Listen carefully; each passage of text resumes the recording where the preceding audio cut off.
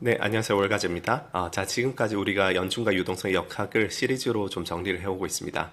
제가 목이 좀 가서 양해를 부탁드리는데, 1부에서 우리가 연준과 관련된 시중 유동성을 가늠하는 지표 5가지를 공부했고, 2부와 3부에서는 22년도 금리 인상 시기부터 23년 SBB 사태 이르기까지의 유동성 흐름을 살펴보았습니다.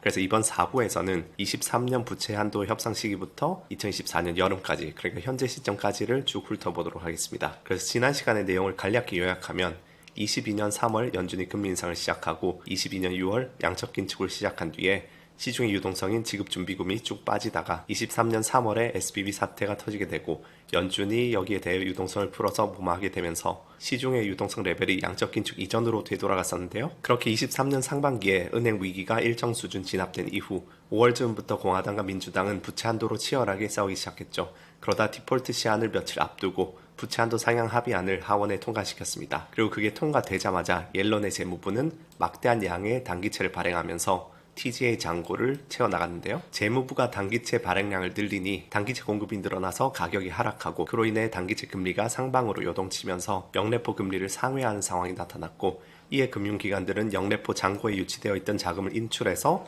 단기채를 매입했습니다. 이렇게 단기채 매입에 투입된 영래포 자금은 재무부의 TGA 계정으로 흡수되었고 이 중에서 QT 만기 상환과 TGA 잔고에 남겨진 금액을 제외한 나머지 부분을 재무부가 재정 지출과 일반 만기 상환을 함에 따라서 다시 시중에 방출되며 은행의 지중금으로, 그러니까 유동성으로 유입이 되었죠. 그거를 그래서 도식으로 다시 나타내면은 이렇게 흘러간 자금들이 재정 지출에 쓰이거나 일반 만기에 상환되면은 시중의 유동성 증가로 이어지고 TGA 어카운트의 남은 부분 그리고 QT 만기에 상환된 부분은 이제 시중 유동성에서 제외되는 그런 구도라 할 수 있겠습니다. 그래서 지금 이 오른쪽 그래프를 보시면 부채 한도 협상이 타결되자마자 영래포 계좌는 가파르게 감소함과 동시에 TGA 잔고는 늘어나고 또 일정 수준 시차를 두고 지급 준비금이 증가하고 있음을 확인할 수 있습니다. 여기서부터는 잠시 TMI라서 굳이 아실 필요는 없는 내용인데 실제 계산을 한번 해보면 23년 6월부터 재무부가 단기채를 순상환하기 시작한 24년 4월까지 영래포 잔고는 총 1조 7,470억 달러가 감소했는데요. 같은 기간 재무부의 TGA, 은행의 지중금, 그리고 연중의 소마 계정에 대해서 각각의 증가분과 감소분을 계산해서 단기채 시장으로 유입된 영래포 자금이 사용된 곳을 단순 추정해보면 TGA 잔고를 채우는 데 사용된 규모가 7,240억 달러, QT 만기 상환하는 데 사용된 규모가 7,160억 달러, 그리고 재정 지출과 일반 만기 상환을 통해서 지중금으로 유입된 부분이 2,670억 달러입니다. 그래서 여기에서는 참고로 계산의 편의를 위해서 장기채 QT 물량도 재무부가 TJ로 유입된 영래포 자금으로 상환했다고 가져가는데요. 어쨌든 요 1, 2, 3번 요 도식에선 요 부분을 다 더하면 1조 7,070억 달러로 영래포 잔고의 감소분 요 부분과 거의 같음을 우리가 알 수가 있죠. 그리고 실제로 같은 시기에 2023년 3분기부터 24년 1분기까지 재무부 측에서 단기채 순 발행액 규모가 1조 6,700억 달러로 이것과 또 매칭이 됩니다. 그래서 영래포 잔고의 감소분이 단기채 순 발행액의 대부분을 커버했음을 우리가 알 수 있고 영래포 시장의 자금이 그대로 단기채로 이동했고 그걸 통해서 양적 긴축 커버하고 시중의 유동성으로 풀렸다. 그런 부분을 우리가 알 수 있는데 이게 복잡하다 싶으시면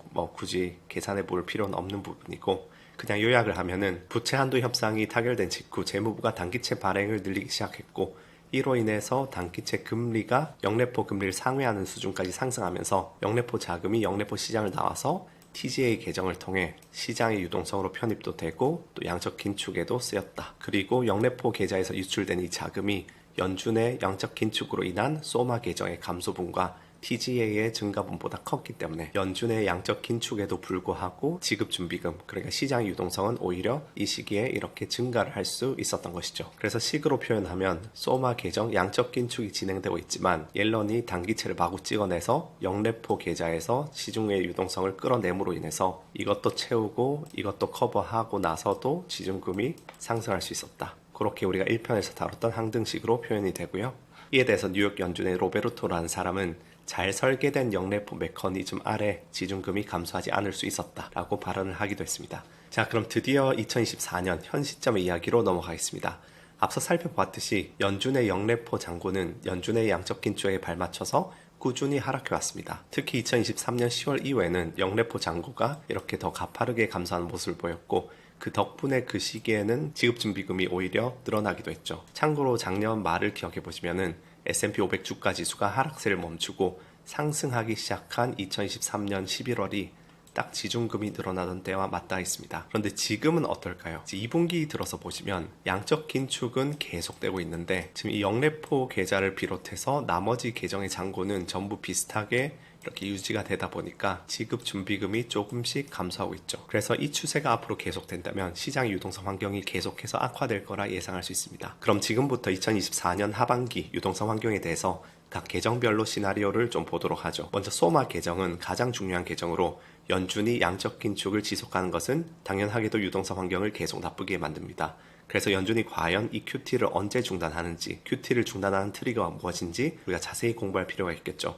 이건 워낙 중요하고 무거운 토픽이기 때문에 나중에 다시 제대로 다루겠습니다. 그 다음 두 번째 계정은 연준의 유동성 지원 창구인데 우리가 지난 시간에 다뤘지만 연준은 23년 3월 은행 위기 당시 유동성 위기를 겪는 은행들에게 유동성을 공급하기 위해서 할인 창구뿐만 아니라 BTFP 등의 프로그램을 통해 긴급한 지원을 했다고 우리가 이전 편에서 배웠습니다. 이런 창구에서 은행들이 대출을 하게 되면 시중의 유동성이 더 풀리는 것이고 그 대출을 연준에 다시 상환을 하면은 시중의 유동성 환경은 나빠지는 것인데요. 이 부분에서 많은 분들이 헷갈리시는데 은행이 돈을 갚는다는 것은 좋은 일 아니냐, 신용창조의 관점에서 나빠진다는 거냐, 그런 의문을 품는 경우가 많습니다.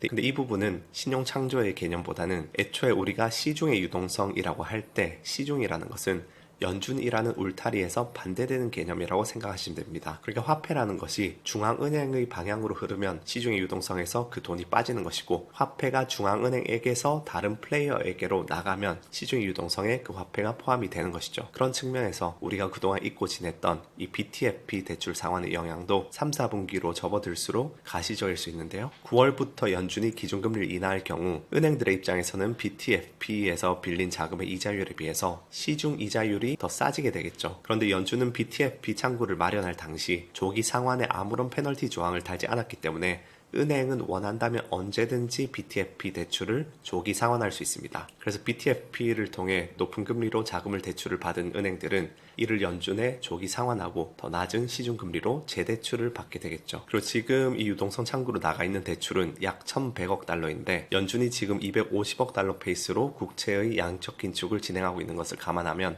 4개월치가 넘는 양적 긴축의 양이니까 생각보다 무시 못할 부분이죠. 그런데 금리 인하가 없다 하더라도 사실 연준의 BTFP는 올해 3월에 종료가 되었습니다. 그리고 BTFP 대출의 만기가 1년임을 감안한다면 어쨌든 2025년 3월 전에는 이 상환이 다 이루어져야 한다는 뜻이고 금리 인하는 이를 가속화할 수 있는 것이죠. 즉 지금부터 반년 내로 양적 긴축 4개월치 분량의 유동성이 증발할 것이다. 자, 그러면 이 시기에서 소마 계정은 지금 양적 긴축 중이니까 매달 시중의 유동성을 빼가고 있고 대출 창구 쪽은 반년 내로 양적 긴축 4개월치 분량만큼 빠질 것이 거의 확실합니다. 그럼 나머지 이 두 가지 마이너스 요인에서 뭔가 상쇄를 해주는 요인이 있을지, 만약 상쇄를 해주지 않는다면 2019년 레포 발작 사태와 같은 유동성 발작이 일어나고 결국 연준은 강제로 양적 긴축을 중단해야 하는 상황이 벌어질 텐데 이런 부분에 대해서 마지막 5부 다음 시간에 이어서 다뤄보도록 하겠습니다. 근데 이번에 이 5부작을 하면서 확실히 이러한 좀